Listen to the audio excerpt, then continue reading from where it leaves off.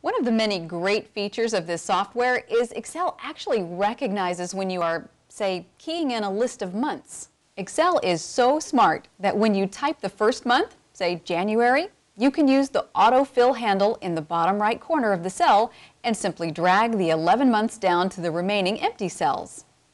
This same concept applies to days of the week, time of day, number patterns, and more. An Excel file gives you 3 worksheets by default. A worksheet is simply a single page of your spreadsheet, but you can add or take away the number of worksheets within your file simply by clicking here or in the pull-down menu. You can do a lot of interesting things with Excel.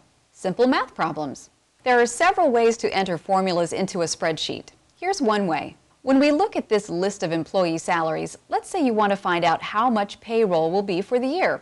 You can add a range of cells by using the sum function to do this. Simply begin your formula with an equal sign. Type the word sum followed by an open parenthesis. Select the range of cells you want to add and then the close parenthesis. You can do multiplication by clicking one cell. Type in the asterisk symbol on your keyboard and then click the next cell. As easily as you add and multiply, you can subtract and divide the same way. That's basic. Let's make things a little more complicated. Well, complicated maybe for us, not for Excel. Let's take a look at a teacher's gradebook.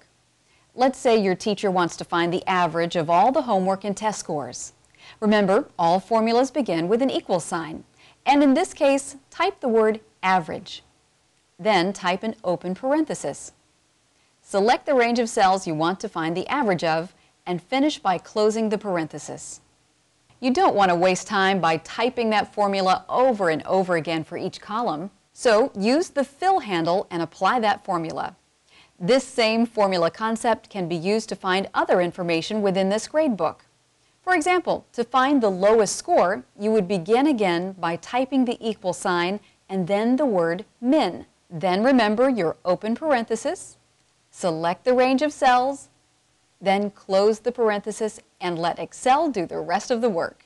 Using these same steps, you can easily find out the highest score, the median score, and the mode score, and much more. The best part of using formulas is that if the data is changed, like a grade, Excel automatically updates the data.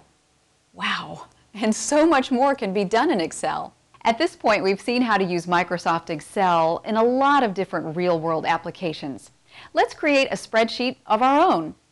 You have a really good job, and you want to use Excel to keep track of your income, which is how much money you make, your expenses, which is how much money you spend, and how much money you want to put aside in your savings. By putting all this into an Excel spreadsheet to create a budget. So how would you do this? Last year I started my own landscaping business, and as fast as the money was coming in, I was spending it even faster. By the time the end of the month rolled around, I always seemed to run out of money. I decided to create a budget so that I could pay my bills on time and put money aside for savings, yet still have enough money for things like movies, sporting events, and just hanging out with my friends. I don't like to think in terms of budget, but more that I have a plan. Creating my plan like this is fun, and it helps me visualize the future by knowing exactly what comes in and what goes out. To set up my budget, I first have to get a total of how much money I make every month. Then I have to figure out exactly what I'm spending my money on. At first, this was a real eye-opener. Knowing that my financial obligations have to be my priority, I always list these things first. Things like my cell phone, gas, and car insurance are not optional. It must be paid every month.